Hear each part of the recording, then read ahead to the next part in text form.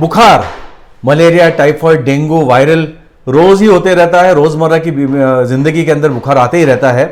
दोस्तों, आज हम लोग बुखार, फीवर और उसकी किट के बारे में, जो इसेंशियल होम्योपैथिक मेडिसिन या कॉमनली यूज होम्योपैथिक मेडिसिन जो हमारे यहाँ यूज होती है, उसके किट के बारे में बात करेंगे। नमस्कार, अस्सलाम वालेकुम, सत श्री अकाल, वणक्कम। वेलकम टू अनलॉक होम्योपैथी और today's presentation is on fever kits या the remedies used for fever, frequently used। तो अक्सर मलेरिया का बुखार आता है, ठंडी लग के बुखार आता है और it's an intermediate type of fever. बहुत ठंडी लगती है और जब बुखार जाता है तो पूरा पसीने से लथपथ हो जाता है। और सबसे कॉमन दवा होम्योपैथी में हम लोग रखते हैं वो है चिनिम सल्फ। पोटेंसी जैसा आपका होम्योपैथ सजेस्ट करे, रिपीटेशन भी डिपेंडिंग ऑन ईच पेशेंट। दोस्तों, जो भी दवा बताता हूं प्लीज अपने होम्योपैथ से पूछ के लीजिए। और जो लोग हमारे चैनल पे पहली बार आए हैं प्लीज हमारे वीडियोस को लाइक कीजिए, कमेंट्स दीजिए और चैनल को सब्सक्राइब करना ना भूलें। Next is typhoid. आजकल टाइफॉइड का मौसम है, काफी लोगों को टाइफॉइड होता है।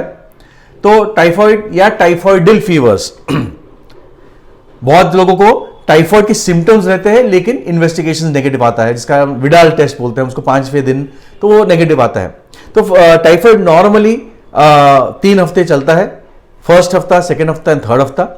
आजकल अगर एंटीबायोटिक्स दे दिया तो मैक्सिमम 2 वीक्स के अंदर वो हील हो जाता है। लेकिन होम्योपैथी में अगर आपको देना है तो क्या करेंगे? तो पहला स्टेज यानी फर्स्ट स्टेज में आता है पेशेंट पहले 3-4 दिनों के अंदर। तो अक्सर पहले तो बहुत गलावट आती है 1-2 दिन के लिए, पेट दर्द देता है, बेचैनी लगता है, एसिडिटी जैसा लगता है और फिर अच्छा खासा बुखार आ जाता है। 102, 103, 104 तक कभी पहुंच सकता है।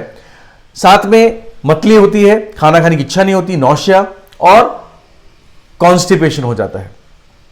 और अगर ऐसा रहा तो आपको ब्रायनिया देना पड़ सकता है।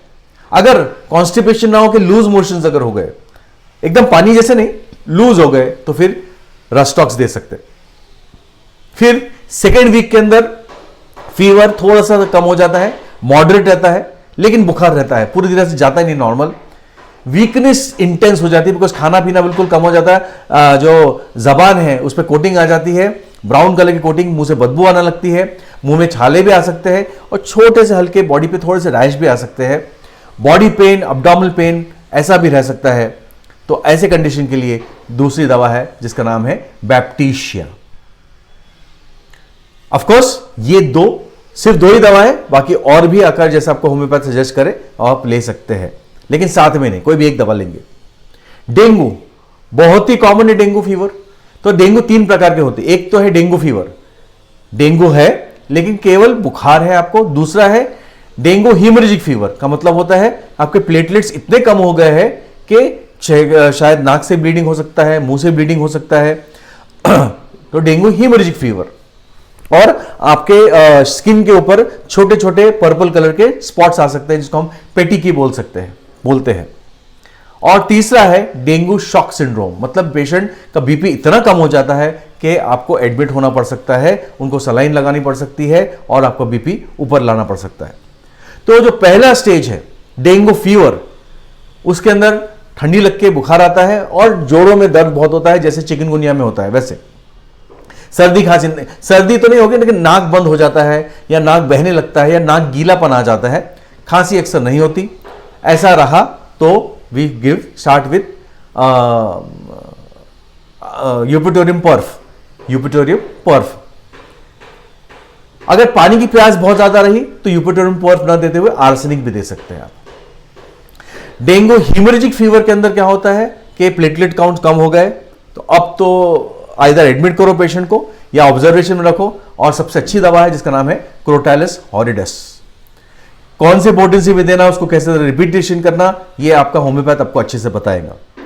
और थर्ड स्टेज में हीमोरेजिक शॉक सिंड्रोम जो अगर है, डेंगू शॉक सिंड्रोम, उसके अंदर तो डेफिनेटली एडमिट करना पड़ता है, शायद आईसीयू भी लगेगा आपको।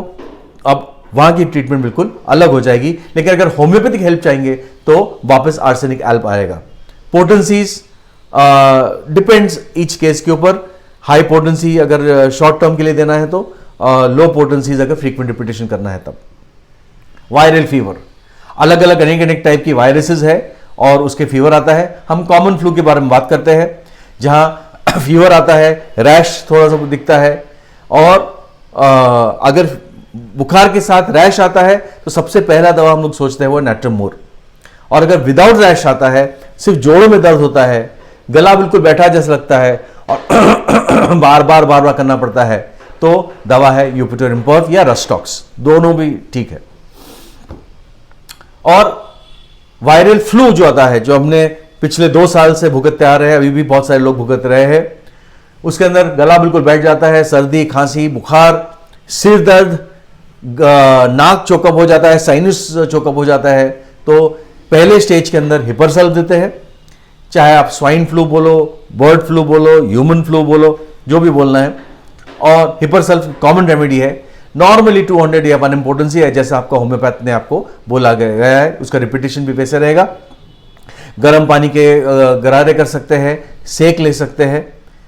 और क्या बोलते हैं, अगर खांसी चालू हो गई, सूखी खांसी, तो फिर हम लोग स्पॉन्जिया देते हैं। ऑफ कोर्स जेलसीमियम भी बहुत लोग रेकमेंड करते हैं। It is called as king of flu remedies in homeopathy. Septic fever, patient admit है आईसीयू के अंदर और उसको पूरा खून के अंदर पस भर गया, इसको हम सेप्सिस बोलते हैं।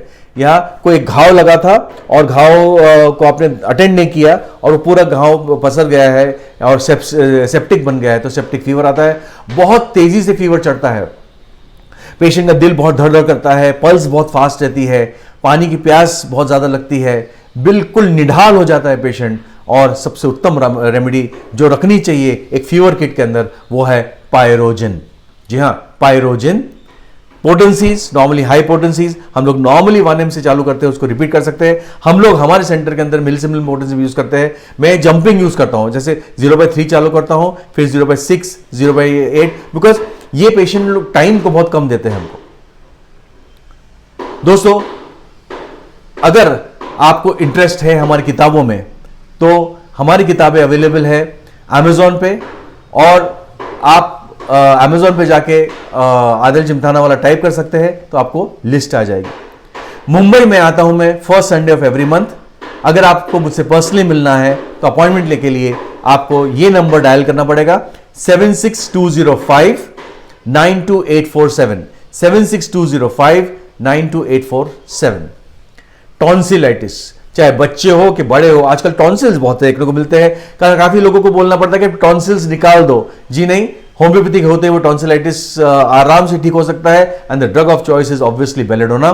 थोड़ा सा हाई पोटेंसी 200 या 1 mg रिपीटेशन कर सकते हैं और एक 2-3 दिन के अंदर काफी लोगों को टॉन्सिल्स सबसाइड हो जाते हैं।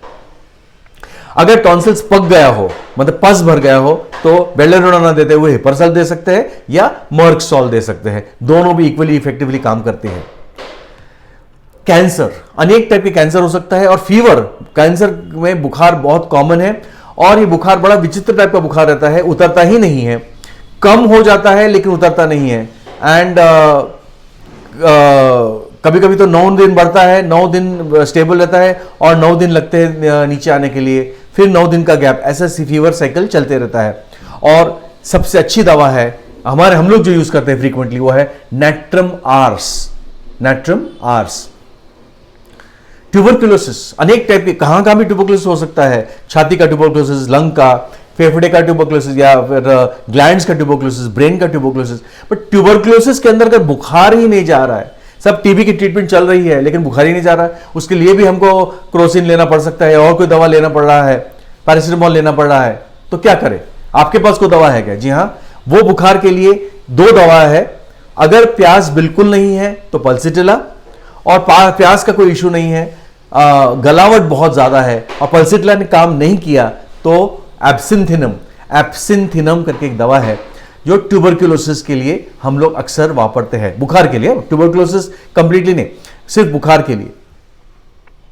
नागपुर जैसे शहर के अंदर गर्मी में मिड अप्रैल से लेके अर्ली जून तक बहुत ज्यादा टेम्परेचर रहता है, 47-48 डिग्रीज। ऐसे अगर टेम्परेचर रहे तो लू लगने का चांसेस बहुत रहता है और हीट स्ट्रोक में बुखार हाई ग्रेड जाता है, 104, 105 तक जा सकता है, कभी कभी 106 भी देखा हुआ हमने। और नैट्रम कार्ब एक सबसे पहली दवा मानी जाती है। जॉन्डिस के साथ, पीलिया के साथ अगर बुखार आए तो दवा है टैरेक्सिकम।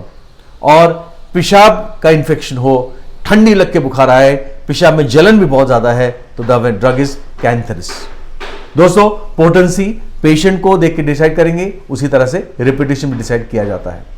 ये तो कुछ रेमेडीज थी, और भी बहुत सारी रेमेडीज हो सकती है जो आपका होम्योपैथ बेस्ट करे, लेकिन किट बनाने के लिए, आपके घर में रखने के लिए, एक्चुअली स्टार्टिंग के लिए ये मेडिसिन बहुत ही सुविधापूर्वक है। Thank you very much.